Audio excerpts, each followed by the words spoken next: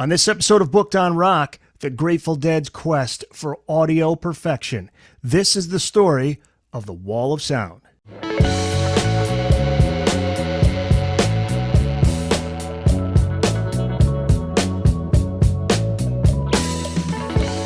Everybody, welcome back to Booked on Rock, the podcast for those about to read and rock. I'm Eric Senich, very excited to talk about this book today with this episode's guest who's making his first appearance on the show, Brian Anderson. He's the author of Loud and Clear, The Grateful Dead's Wall of Sound and the Quest for Audio Perfection. Brian, thanks so much for being here. Thanks for having me, Eric. This is great.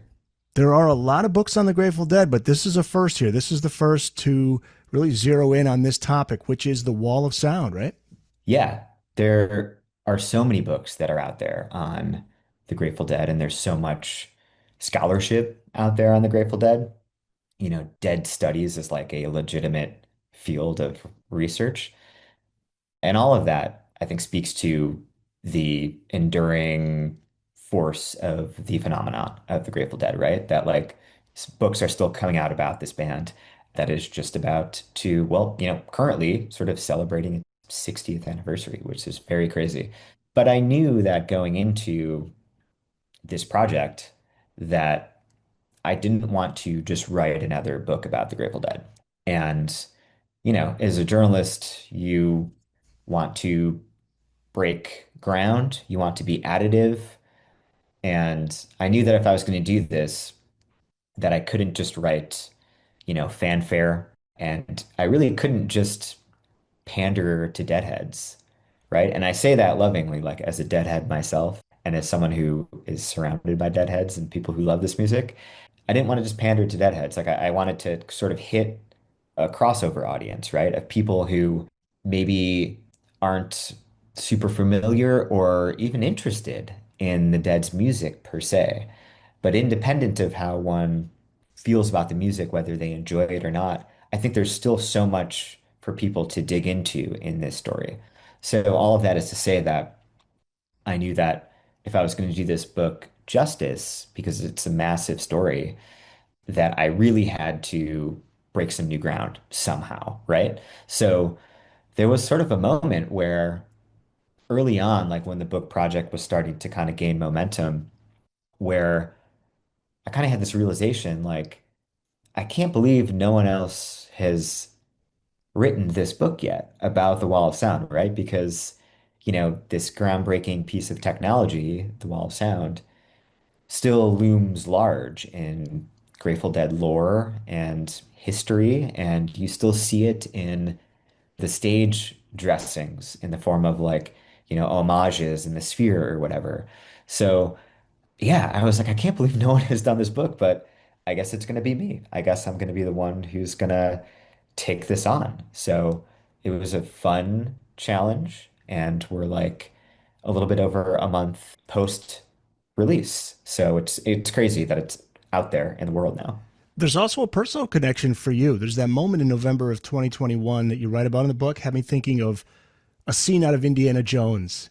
You Yeah. have in your possession a very special piece of Dead history, and it relates to the Wall of Sound. So tell us about that, how this story is personal because your parents were at some legendary shows. Yeah, for sure. I mean, you can see right behind me. So this, That's the artifact, that's it. that's it. Yeah, it hangs out in my office just behind Wow. me. Yeah.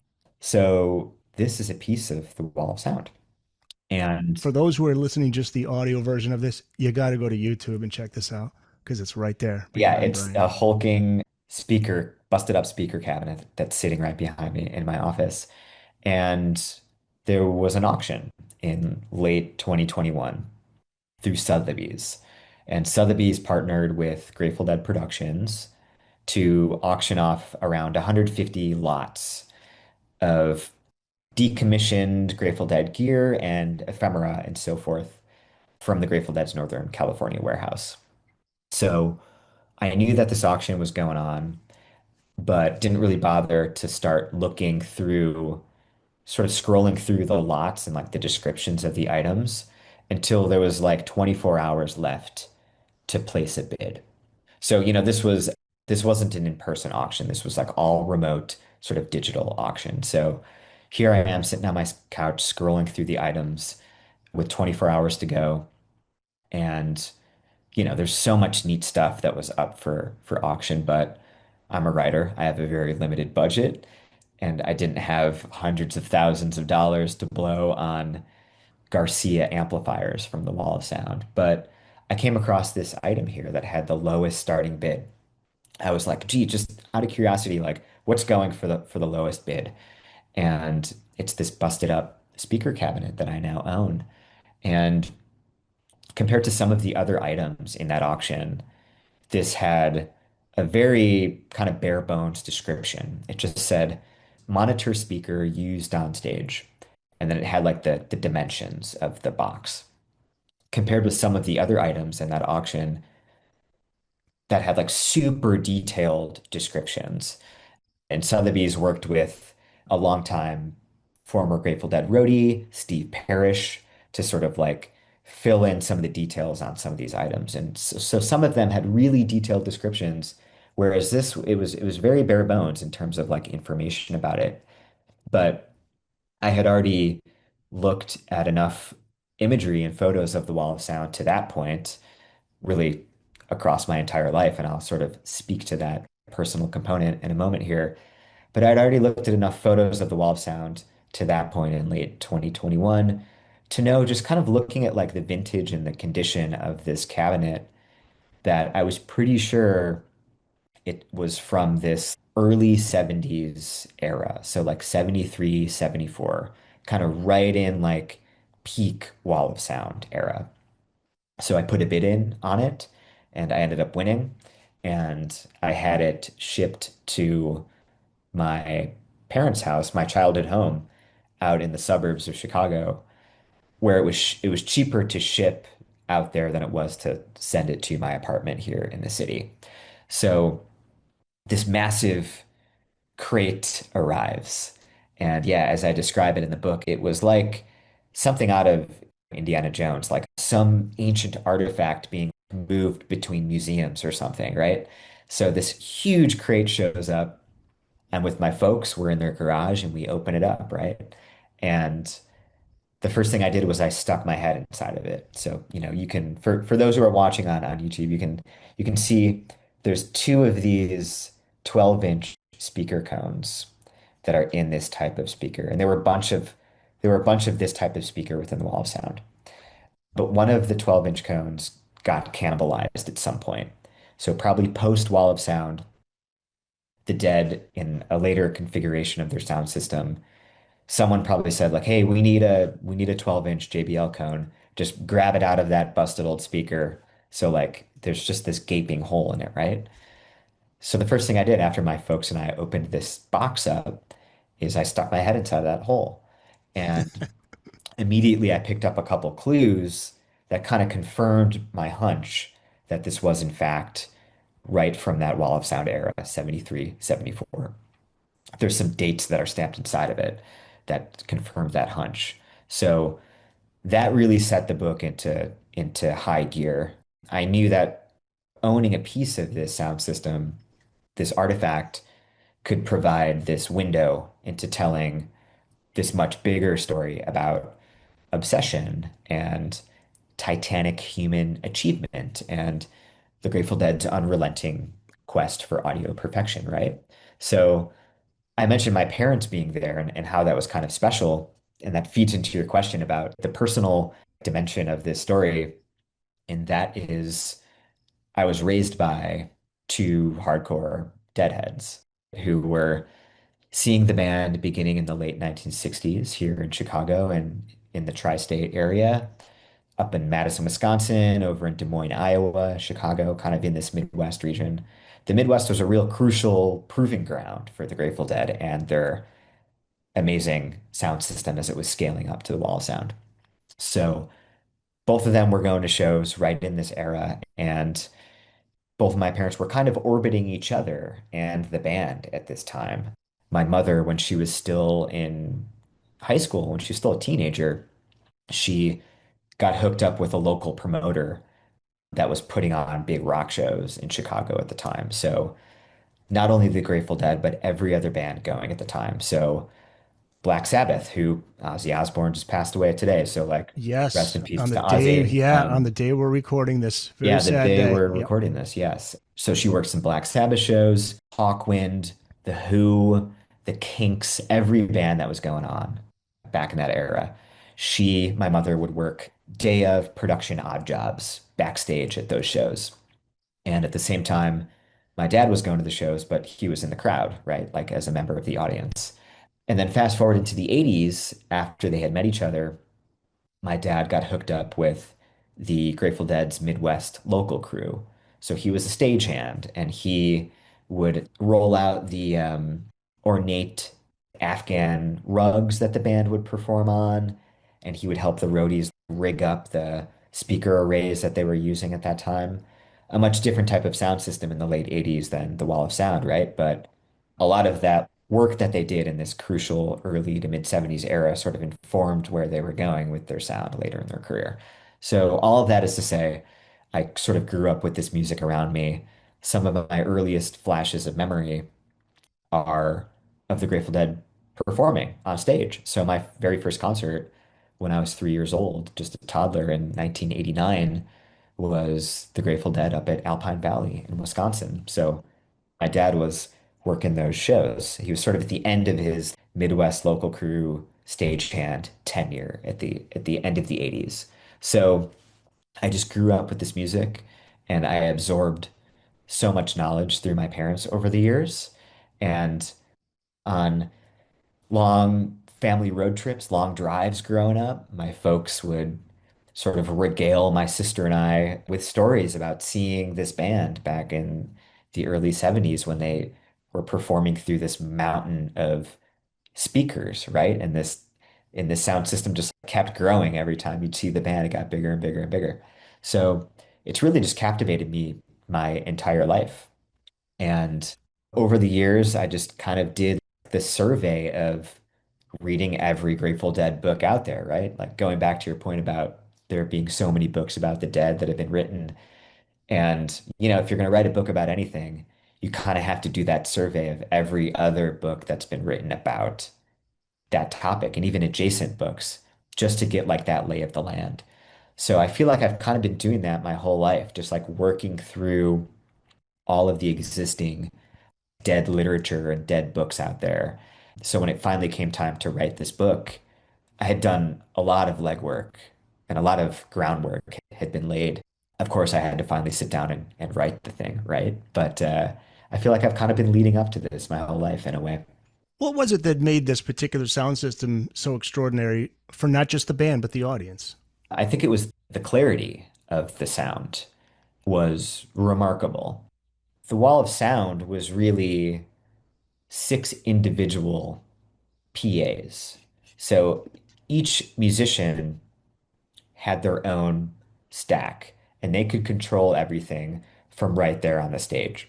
So the wall of sound kind of got rid of the need for a front of house mixer, someone like out in the crowd, kind of right at a sweet spot in a mixing booth, mixing, right? The Dead still had folks in their circles who would be out in the venue at points during a show to be listening, and they would come back and report back to the band, like, hey, we can take out a little bit of this, add a little bit more of that. But the band was mixing everything right there on stage, so they could respond note by note and beat by beat the energy that was feeding off of the audience, right? But because each musician had their own stack, their own individual PA effectively, the wall of sound eliminated what is known as intermodulation distortion by having no two sounds go through any one particular speaker. So the clarity was just pristine. It was like crystalline. And people who saw the band at any of these shows that they were performing with the wall of sound still talk about that clarity. And it was loud for sure, like on stage noise level readings through the wall of sound would measure at 120 decibels, right? Which is about as loud as a jet engine at close range. That's really loud. That's like enough to do permanent hearing damage. But the sound was so clear and so inoffensive that you could be out in the audience and hold a normal conversation if you wanted. It was that clear. So I think the clarity is really what made it so special. And related to that, I think the Wall of Sound, the connection between the dead audience and the musicians was always crucial, right? They were always in this symbiotic relationship, and the fans were always as much a part of the show or the experience as the band was. And with the Wall of Sound, they got rid of traditional monitor speakers that are like at the musician's feet, right? Through which the band can sort of hear themselves playing. And they moved all of those monitors behind the musicians. So if you look at photos of the Wall of Sound, everything is behind the band in a unified backline, like a literal wall, The right? front cover of the book is a good example. Exactly. Yeah. That effect was twofold. Basically, the wall of sound effectively was the band's monitor, right? But because of that, the musicians and the audience all heard the same thing. So they were all in the same sonic envelope, kind of No traveling matter together, where you were sitting or no standing. matter where you were sitting, exactly. And that was a goal, was to ensure that the person who was sitting in the very back seat in an indoor hall or like an outdoor stadium, whatever the case was, that that person in the furthest back seat was getting a quality of experience that was on par with someone who was right up front. So the Dead went to great pains, and like their audio wizards and their sound technicians and consultants and roadies and all these people who were involved in making this thing go went to great pains to be sure that 100% of the best sound was going to exactly where it needed to go in any venue, right? And every venue is a little different. So if you look at photos of the Wall of Sound at all of these shows, the configuration is a little different at every stop because they were, taking acoustic readings of every space that they were going to play in so that when they could set it up, you might see like a couple speakers kind of angled off this way, right? To like project into the upper reaches or like, angled down a little bit. So that was sort of by design. The wall of sound was never set up exactly the same way twice. But yeah, I think to your question, it was really the clarity that made it so special and that it sort of dissolved the barriers between the band, the performers, and the audience so that everyone was sort of in it together. I think those are like the two key takeaways about what made this thing really so unique and special. That second chapter is titled The Mother Rig, 1964 to 1966. You get into the eventual formation of the Warlocks, who became the Grateful Dead, and the Mother Rig, that was the origin of the Dead's quest for audio perfection.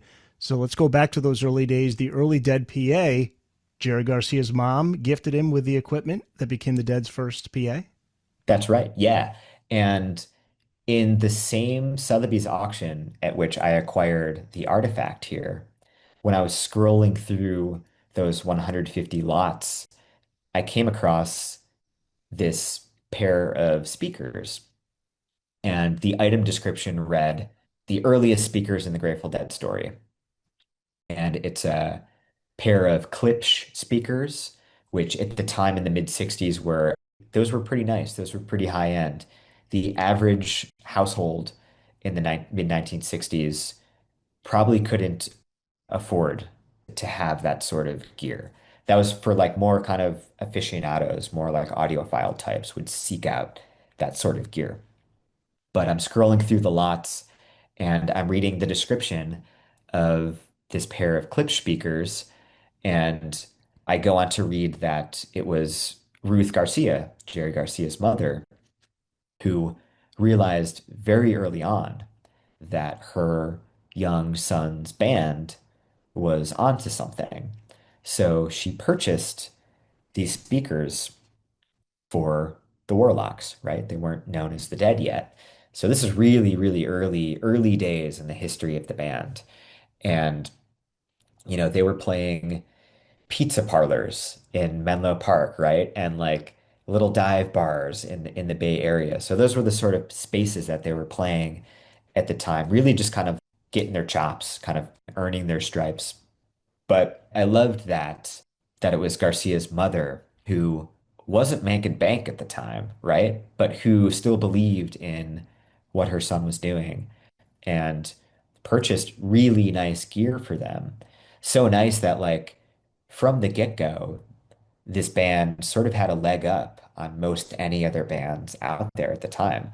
It was unheard of for a band to roll into a club with their own rig, their own PA like that.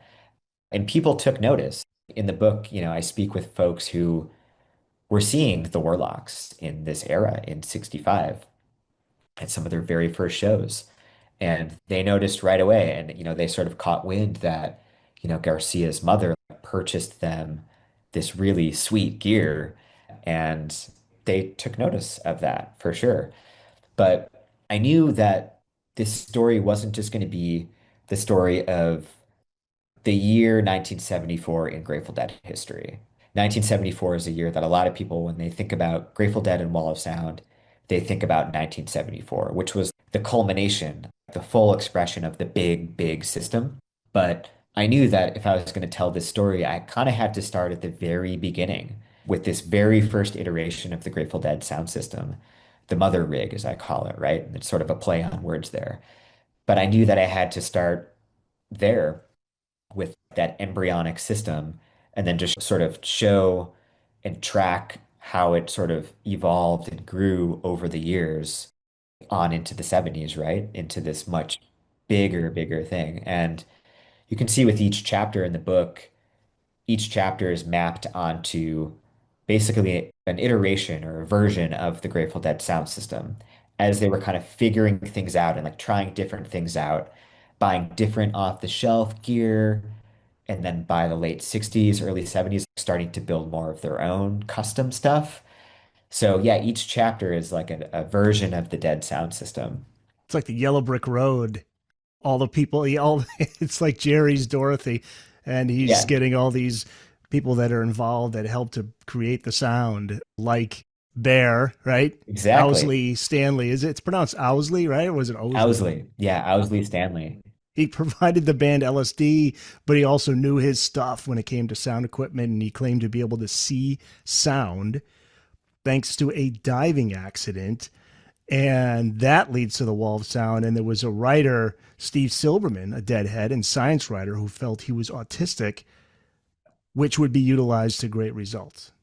Right. Yeah. Owsley Stanley, aka Bear, is By the way, is a that where the dancing bears comes from? Is that have any? there was an artist later on, he sort of made that design. He drew those bears.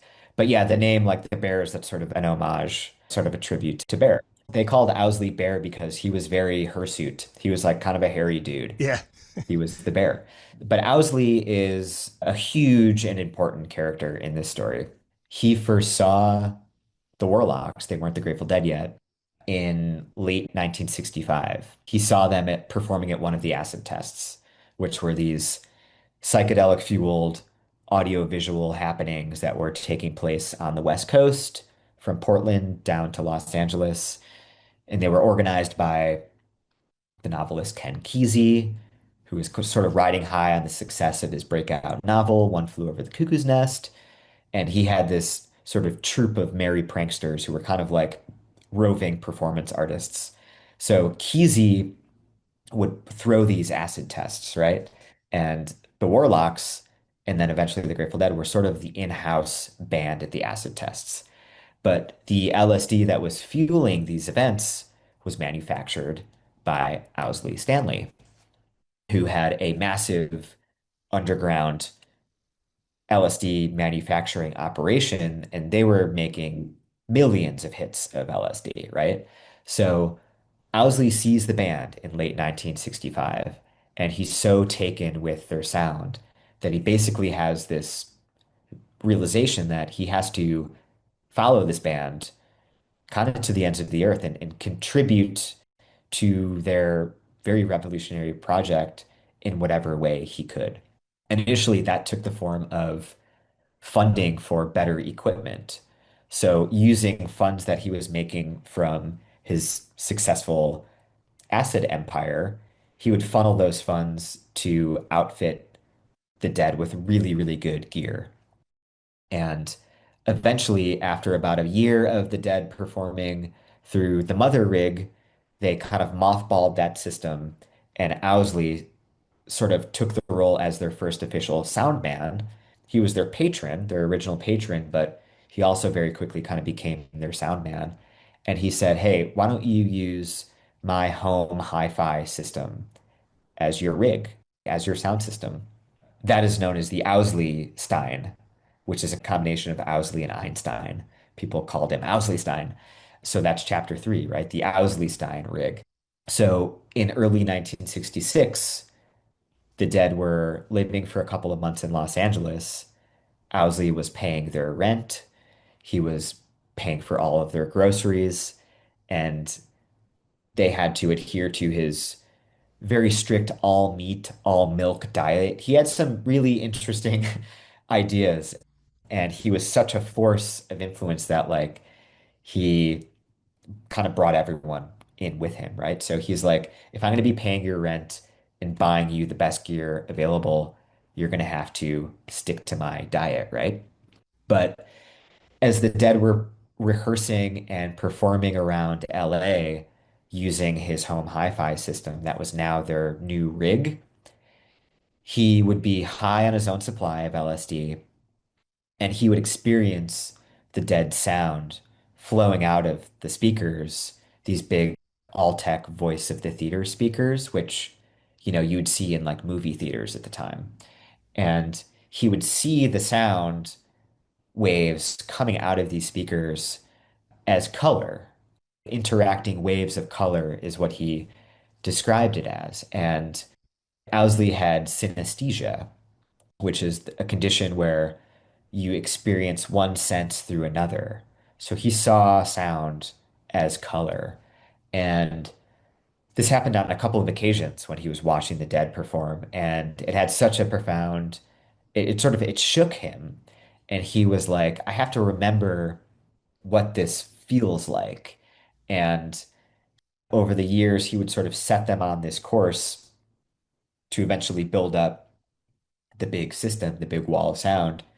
And that big system was really kind of a vehicle for Owsley to kind of conjure that experience of taking in the sound as color. So he had some pretty out there ideas, and Owsley was very much the force of ideas behind this whole project.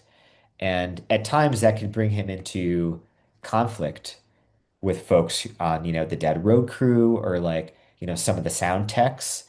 Little turf wars started to like enter the picture, but they needed that force of ideas, which Owsley could provide.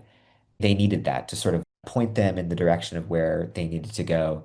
But Owsley also needed folks with hands-on expertise to really actualize some of the ideas that he had. But a lot of individuals will kind of take credit for the wall of sound. I came across this in my reporting, when in reality, it took this whole cast of characters. And there's a list of characters at the beginning of the book. There's 57 characters who are like prominent in the book. So there's a lot of people in this story. And it took all of them coming to the table and being in the room to make this thing happen.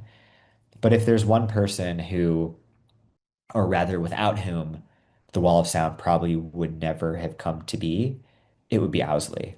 Very early on, he set them on a path to always be questing for a better sound.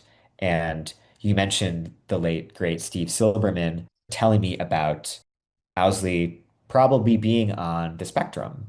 And Silberman wrote a fantastic book called Neurotribes, which really changed the conversation around autism and what it means to be on the spectrum. So Silberman really knew this stuff, and he spent a couple days at a Grateful Dead Scholars Conference with Owsley, And he walked away convinced that Owsley was on the spectrum in the best possible way. And part of that manifested in Owsley's aversion to unclean signals, right? So that fed into this wall of sound being basically distortion free by eliminating intermodulation distortion, which I sort of talked about earlier. Yeah, Owsley's aversion to like distortion and unclean signals from very early on that set them on this course to like build the ultimate sound system that delivered pure, not just loud, but pure sound.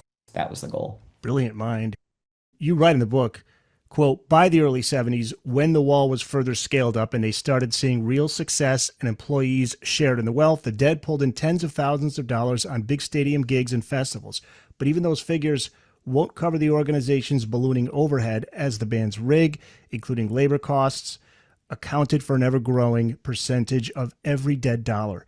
Talk about the challenges the Dead were facing now in the early 70s. They had the sound, but the band was now in a state of chaos, just trying to keep all that together. There were so many individuals who were on the payroll. It took this small army of people to keep this sound system going night after night after night. It was a Herculean task, and it took so many people behind the scenes to make this thing happen. And from the very early days, the Dead had this ethic where they would always funnel money back into furthering the sound. So through the end of the Wall of Sound, even the musicians themselves, the band members, were kept on very modest cost of living salaries because they had a lot of mouths to feed. They had a lot of people on the payroll, but they also allocated a big chunk of every Grateful Dead dollar to furthering the sound. But at a certain point, that ethic kind of caught up to them. Throughout the late 60s, that was a very righteous approach. We're going to keep ourselves on like very meager salaries, kind of live communally. Whatever money we make, we're just going to like funnel it back into like getting better and better gear, right? But eventually, as the whole operation was scaling up, things were becoming more mechanized, more success. They're playing in bigger spaces.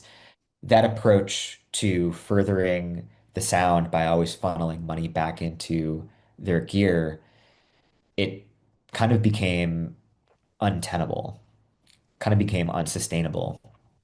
And by 1974, there was a fuel crisis on at the time. So, like, the cost of gasoline alone was astronomical. They also had to often pay rent at two venues simultaneously. So there was one wall of sound. There was like one set of all the 600 plus speakers and the dozens of amplifiers, right? But there were two identical sets of staging and scaffolding. And those staging and scaffolding sets would leapfrog venue to venue so that when crew A would roll into a given town, crew B would already have the scaffolding and the staging all set up so that they could just basically load in all of the gear, get it wired up, and then those crews would just flip-flop, kind of leapfrog from show to show. But they had to pay rent, at two venues sort of simultaneously. So that's a huge cost.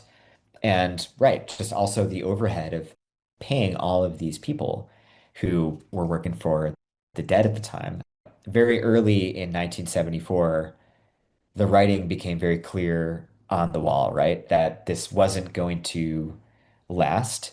So by the summer of 1974, some band meetings were taking place where they talked about, you know what, this isn't really fun anymore.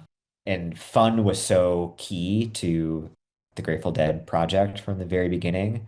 Garcia in particular was like, this is about having fun, right? Yeah, I was about to say, I love that was his thing. It's Yeah, about that was having his, fun. it's all about having fun. Yeah, man. But by summer of 74, like the burnout was creeping in, the grind of the road. The late Grateful Dead roadie Joe Winslow, who's a character in this book, he talked about how the road turns you into gristle. That was his word for it. So just burnout, hard drugs starting to creep in, right? And that just kind of that takes its toll. And, they were burning money too, just to keep this thing going. So Things they never planned when they started. You just don't think you're going to get to that point. You don't even, when you start a band, you're just thinking, I just want to go out there and play, make enough money to go out to the next gig, put some food on the table, and that's all we need, and we're good. exactly. Yeah. And because it was all just kind of this natural progression over really like the first grand 10-year era of this band from like 65 through the end of 74, it was all just kind of this progression, right? And they had no way of knowing. And then it happens again after Touch of Grey. Then they have a whole new set of problems. Then like, yeah, things get really crazy after that. Parking lots are overcrowded with people. There's just all this thing. Yeah, things they could never have anticipated. Never have anticipated. That term wall of sound, by the way, for those listening and watching who may be wondering, where did that all come from? The first documented term, you have this in the book, may very well have been on February 4th, 1970. This was at the Family Dog on the Great Highway in San Francisco. How many people could you fit in the Family Dog? This sounds like a couple hundred people. Couple hundred max. Yeah. Dead played alongside Santana and Jefferson Airplane. How about those three bands at the Family Dog? A reporter from the Yonkers Herald Statesman, Robert W. Newbert, wrote, by the time Grateful Dead leader Jerry Garcia brought the jam to a triumphant halt, members of the audience were straining on tiptoes toward the shattering wall of sound. When the jam ended, most of the crowd was emotionally and physically exhausted. So there is most likely the origins of the wall of sound. Right. By 72, logistical issues, mounting costs for equipment, how many people it's going to take to move and set it up. Now we're talking about the safety of the road crew, right? Insurance. Their tech, Tim Scully, said, you're not going to get a union guy to do this stuff. Yeah, it's amazing when I was just doing the reporting and researching for this book that no one died as a direct result of working on this wall of sound Thankfully. at a time before OSHA standards were enforced, right? Here they were stacking up 3 stories tall worth of speakers, 100 feet wide, quite often at like outdoor venues, a little bit more along the lines of like 80 to 85 feet wide indoors. But this massive assembly of equipment, they carried their own power supply with them. They had enough power to light up 6 blocks of tract homes because they couldn't rely on venues to supply enough juice to make this thing go, right? So they had so much power with them. But I was amazed that nobody fell off the top rung of scaffolding and bashed their head open. Nobody got crushed under a stack of speakers that went 32 feet in the air, right? Nobody got electrocuted to death. Some people definitely got the shocks of their lives working on this thing. And there's some pretty wild stories about dead roadies, and techs told me about working on an amplifier in like a dark backstage area and getting the shock of their life and being thrown, 10 feet back, Wow. nearly blowing themselves up, working on generators backstage and so forth. But it's amazing that nobody bid it. No one died as a direct result of this thing. Can you share the story about the fire department in 72, May of 72 in Munich? They're hassling the dead. They're saying you guys are not up to code. They doubled their crew. Yeah, that very famous Europe 72 tour, they hit Munich, and the fire marshal and the fire brigade were like really hassling the crew when they were setting everything up. They were like looking at the manifest of gear, like the inventory that they had with them, asking all these questions about like how much power they're going to be using and so forth. The show gets going, and the fire brigade in Munich doubled the number of fire brigadiers, I guess, present on the scene. So like the venue was crawling with folks from the fire brigade. They were backstage, they were standing on the stage behind the back line, which was like kind of a no-no at the time. They were out in the crowd, and supposedly some of these fire brigadiers had buckets of sand to like snuff out fires, right? So they were convinced that the Grateful Dead were like using up so much power through this like crazy electronic beast that they were going to set the venue on fire, right? So as the show got going, on top of one of his amplifiers, he had like a big hash joint, right? That he was, Well, it was the exact wording from the book: a huge, fat, badly rolled hash joint. there you go, a huge, fat, badly rolled hash joint. So, and that was like sat on top of his amplifier. The smoke from that was like going up into the lights. And apparently, one of the fire captains freaked out and instead of a bucket of sand, got a bucket of water and threw it like kind of over Garcia's amp, and the whole place went dark. The audience in response started, lighting matches, right? In the darkness, and that like pissed off the fire captain even more, right? So eventually they got the power restored to finish the show. And there's some conflicting reports because, memories from this time, memory is a funny thing, right? And I talk about this in the book, but there's some people who remember that incident leading to like half of Munich being like blacked out that night. And Yes. supposedly you could hear, later on after the show at night, you could hear like transformers around town, just like boom, Oh my busting. God. Yeah.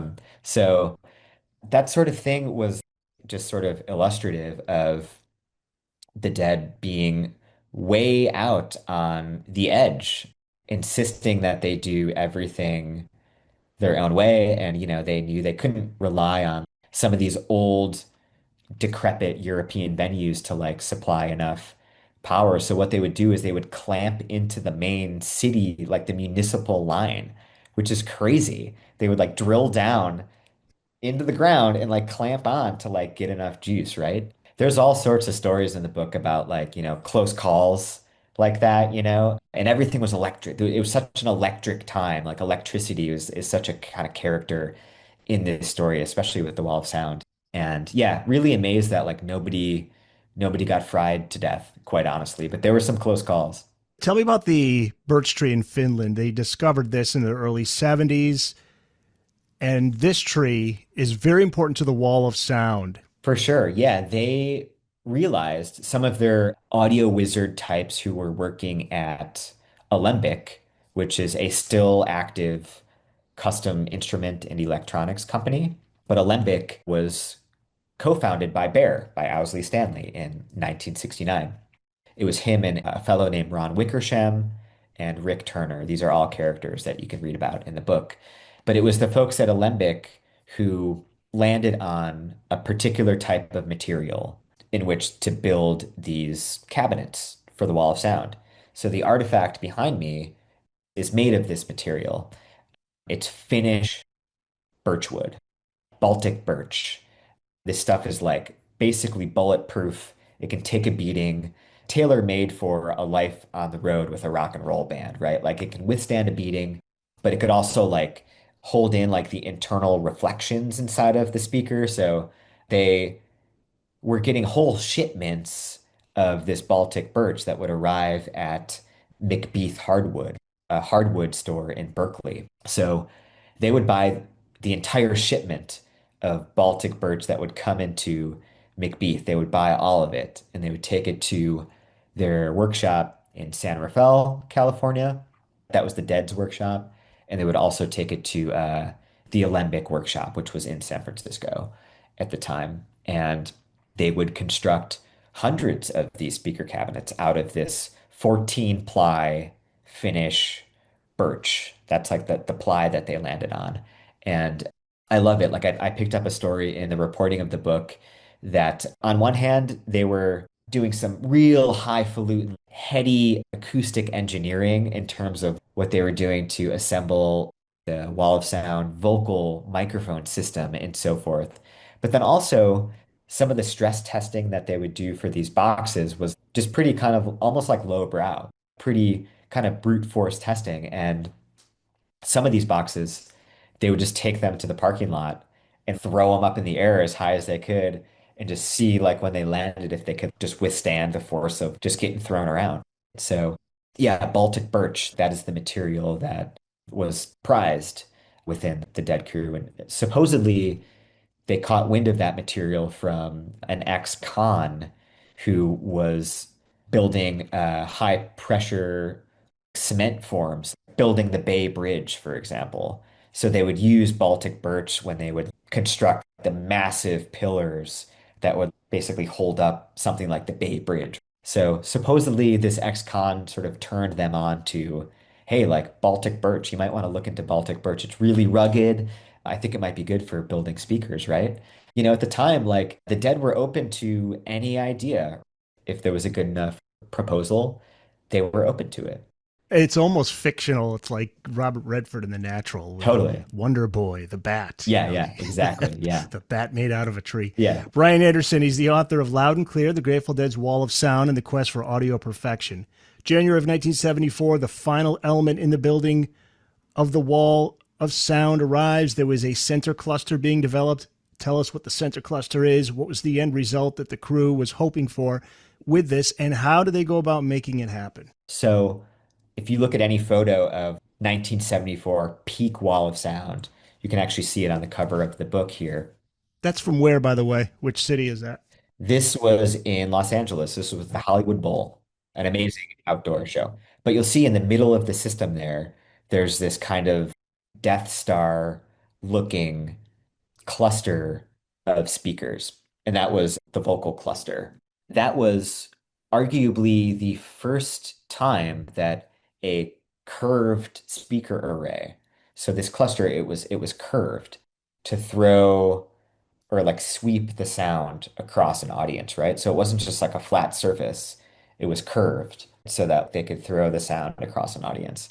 And the theory and the mathematics existed for a curved array, but no one had built one and then flown one, suspended one up in the air. And the Dead were the first to do that. They built that in early 1974 at a local fabrication shop that were friendly with the Dead. And it was a couple roadies, and the designs were drawn up by some of the sound technician types. Alembics, Ron Wickersham, another individual named John Curl. Some of those folks were sort of involved in actually designing this thing. But when it came time to build it, it was some of the Dead roadies who kind of led the charge to build this curved array. And to that point, if you look at photos of the Grateful Dead sound system in late 1973, for instance, and even very early 1974, you can see in the middle of the system, they were using like individual cabinet stacks, just sort of like fanned in a curve. But here was the first time, once they had it built and it debuted in May in Reno, Nevada, which was the first time that the Wall of Sound proper was set up outdoors. They debuted this curved center cluster, which is really like a sonic sculpture because it was curved. And again, that was in order to like throw and sweep the sound across the audience. And they would, depending on the configuration of the venue, they could tilt this cluster up or down. So quite often it would be like a 4-degree tilt downward. And that was just like the optimal spread for the cluster. But yeah, like I said, that was really the first instance that a curved speaker array was ever, suspended. So they hung it with these heavy duty Granger winches. And that was the first time that had ever been done before. And if you go to any concert today, you go to like a giant stadium, you go see Metallica, right, in like an 80,000 seat stadium, to like a 2,000 seat auditorium, or down to just a little beer soaked dive bar that puts on shows. You're probably, you are going to see a curved speaker somewhere in there. So that's, just one lasting legacy of the Wall of Sound, the whole idea of a curved speaker. And there were a whole other, there's so many other like sonic firsts that the Grateful Dead notched through the Wall of Sound and their adjacent audio activity, right? They were the first to stack speakers in a linear array. You look at the Wall of Sound and it stacks and stacks and stacks of speakers. And Today, that's kind of like a no-brainer, but no one had done that in the early 70s. Phil Lesh, the bass player of the Grateful Dead, his stacks alone were 32 feet tall, 32 feet being the height of a standing bass wave. So they're like, to get the full effect of a bass wave, we need to build his stacks 32 feet tall, right? So the whole idea of like a linear array, a stack of speakers that can propagate sound like as it moves forward, you see that everywhere today. You sometimes see like curved hanging arrays on the side of a stage. That's the dead. That's the lasting impact of the wall of sound right there. You also see it with delay towers. If you go to a big, gigantic show, there's the sound reinforcement or the PA system that's on the stage.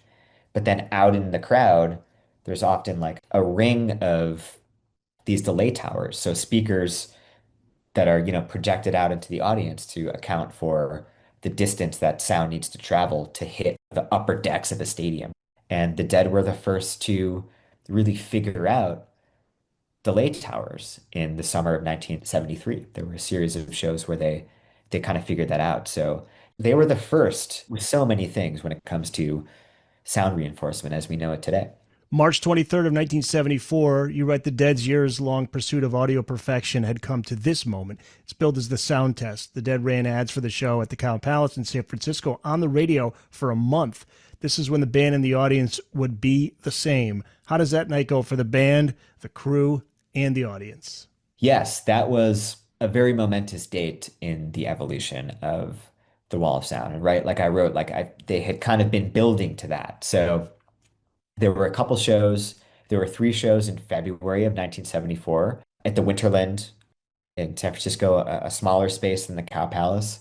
That Cow Palace show, March 23rd, 1974, some people sort of point to that as like kind of like the debut of the Wall of Sound. And I sort of take issue with that because I think as you read in the book, I really think like some of the first Wall of Sound shows were like late 1973, where everything was behind the band. But that show in March of 1974 was really like they had the room to breathe to really like set that whole thing up. But there were still snags at the beginning of playing in the band. The whole system drops out, and the musicians were sort of totally exposed, naked to the audience when that happened, right? Because they had eliminated the monitors at the musicians' feet. So, like, they were right there with the audience when that kind of thing happened. And, like, the whole song falls apart. They needed to, like, fix something that went down in the system. But by that point, their road crew were so kind of dialed in, and like the divisions of labor were like such that it was very clear, like, if something went down on stage right or if something went down on stage left, certain individuals would sort of be like quick to hop on fixing whatever needed to get fixed. Yeah, things fall apart at the beginning of playing in the band, but like they recover. It was an amazing show. It was later released as a Dick's Picks. So Dick Latvala, for those who don't know, the Grateful Dead's original archivist. He had a series of official releases. He would release live shows. So that Cow Palace sound test was eventually released as a Dick's Picks. It's a great show. It's volume 24. Volume 24. There you go. Yeah. But then I think you really start to hear the wall sound like in its full effect by like May of 1974. May and June of 1974, I think everything had clicked into place. If you listen to the indoor show in Missoula, Montana in May of 1974, the clarity that I talked about is just undeniable. It's amazing. You listen to this recording that's, over 50 years old at this point, and it's pristine. It's amazing. But yeah, I really feel like every show leading up to and through 1974 was such an event, and that they could pull it off. There was always going to be like some technical difficulties. Bob Weir in particular, he had a couple lines pretty much every show, a song or two in, he'd be like, all right, well, bear with us. We're experiencing our first technical difficulty of the evening. Like that was kind of par for course. But that was also kind of like the charm. They were way out on the cutting edge. What was the show in Miami in 74? They played something called Seastones. What was Seastones? Seastones was a piece of ambient music. computer music, really. And it was written by an electronic musician and composer named Ned Lagan, who met the Dead in 1970 when he was a student at MIT. And him and Phil Lesh really hit it off because Lesh was like a student of avant-garde music, right? So him and Ned really, really hit it off. And Ned got the invitation to basically come out to California. So all through, 70, 71, 72, 73, and then again in 74, here and there, not every show, but Ned would sit in and play keyboards and some piano as well. So I would sort of consider him like a member of the band in those years. Not a lot of people know his name, but Kind of like a Bruce Hornsby type of thing. exactly, right. So Ned had been working on this piece of computer ambient music, which at the time was like so out there. Like no one was really doing this. Ned was the first person to perform with a computer on a stage, which is amazing to think about nowadays. But Phil, being very into like avant-garde music, collaborated with Ned on this piece of music called Seastones. And during the intermission of around, I believe, like just over 20 shows in 1974 with the full wall of sound, the intermission, so between like set one and set two, Ned and Phil would come out and they would perform Seastones, which would be usually between like 15 maybe close to 20 minutes or so. And people really didn't know what to make of it at the time. It's just very kind of like harsh, dissonant feedback. Not drums in space type of thing. It was sort of a kind of a precursor to space. Because Mickey Hart is into that stuff. I'm sure Mickey Hart dug that too. Mickey Because Hart's like very much into that stuff, yeah. sure, But it was interesting, like in one of my interviews with Ned, he considers Seastones in the same continuum of the Dead. They did Feedback in the late 60s, Feedback. And then there was Seastones, and then there was Drums in Space. So he considers it kind of all in the same continuum of just very out there musical exploration and experimentation. But during these Seastones intermission sets, Ned and Phil would come out and perform this piece of music. And Phil had a quadraphonic bass and he could throw each of his strings to a different cluster of speakers in his 32-foot tall stacks. So that's pretty crazy in and of itself. But Ned basically had like an infinite palette of noises because he was using, this very like expensive computer rig and synthesizer rig to perform Seastones. And all of his signal would go through that big center cluster that I was just talking about. And Ned could move so much air through the wall of sound that he could bounce this 75-ton system. He could bounce it up in the air by a foot. That's how much power he could push through that thing.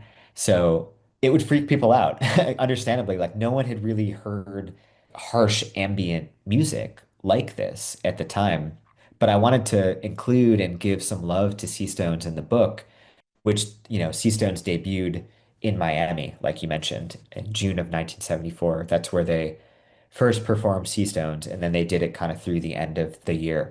But I wanted to really include that and dig into what it was like to pull that off because I think Seastones is really the like farthest and most radical application of the wall of sound. And Seastones was the studio version was released in 1975. It was sort of a commercial flop, but in more recent years, it's been reissued and it's kind of become like a cult classic. If you listen to Seastones, it's still so ahead of its time. It kind of calls to mind Brian Eno a little, but a little bit more like a little bit more out there, a little bit more alien kind of, super ahead of its time stuff. But I had, amazing interviews with Ned.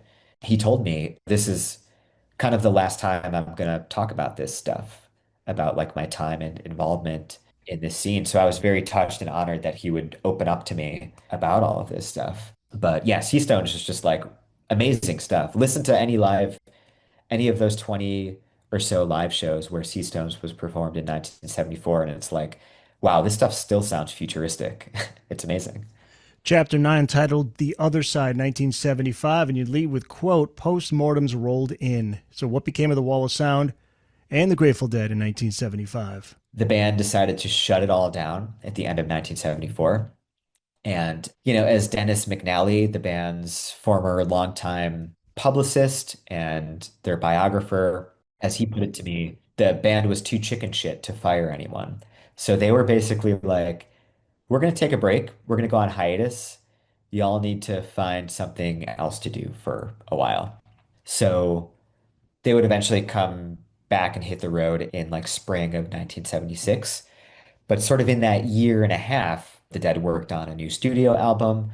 But right, what happened to all of this stuff? So that question, I wanted to unpack that. What happened to the Wall of Sound? All of this gear, 75 going on 80 tons worth of equipment. What happened to all of it? So you can see in the book, there's sort of like a number of different streams through which all of this gear got sort of disassembled and parted out and eked out into the world at large. Some of it was gifted to like smaller Bay Area bands that needed gear, right? The Dead would be like, here, we can give you your own sound system, basically. So that happened. Also, some folks who were involved in this scene told me that basically everyone who was working for the Dead at the time had components of the Wall of Sound in their home hi-fi systems, right? So people would take maybe a couple speaker cabinets, maybe an amplifier, and have a sweet home hi-fi, right? Other parts of the system went into crew chief Ramrod Shirtliff. His real name was Lawrence, but everyone called him Ramrod.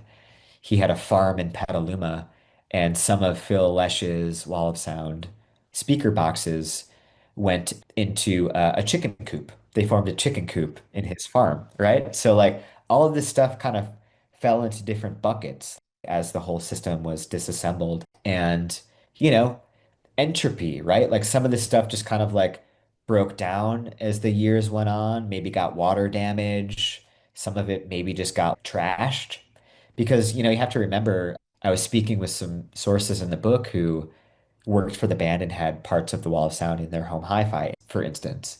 And they were telling me that by the late 1970s, that stuff was just considered old gear. Like they didn't necessarily know that this thing would go on to be the thing that it is today, right? And like have all of this lore and hold this huge presence in the Grateful Dead story. It was just old gear. So maybe they would sell that stuff, they would trade it. Quite a few of them were like, maybe I shouldn't have sold that stuff, right? Sure. Yeah. Well, I was going to say the Rock and Roll Hall of Fame may be trying to get a hold of you soon. I mean, yeah, I mean, it's pretty amazing that like, there's Is it not, for sale, though? it is not, this is not for sale currently. Yes, this is here in my home, but yeah, it's amazing that, there's not much of this stuff survives today. And in the later chapters, I connect with who I call like fellow keepers of parts of the Wall of Sound. So there's a network of people out there who have, maybe they have a speaker box kind of similar to this one that I have. Maybe they have an old Macintosh amplifier from the Wall of Sound. So it was really cool to like connect with some of those people because there isn't too much of this stuff surviving today. So that's what makes it like really special to have a part of this like really groundbreaking piece of technology and rock music history, right? Just sitting here in my office. It's crazy. And like you say, whenever you go to a concert, chances are you're going to see something in that setup that's a connection.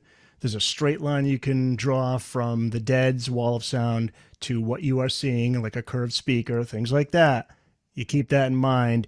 Loud and Clear, the Grateful Dead's Wall of Sound and the Quest for Audio Perfection, out now. Find it wherever books are sold. You can look for it at your nearest bookstore. Go to bookedonrock.com to find your nearest independent bookstore. And Brian, where can people find you online? You can find me on socials. So you can find me on Instagram. You can find me on Blue Sky. You can find me on Facebook as well. I can give you my handles. Maybe you can put them in like the show notes or something Would if be people happy want. to. Absolutely. But yeah, my DMs are open. I always love to hear from people. So if you've got a line on where a piece of the Wall of Sound maybe landed, hit me up or just say hello. Like I'm always open to chat. Brian Anderson, thank you so much for being on the show. Thank you so much for having me, man. This was a blast.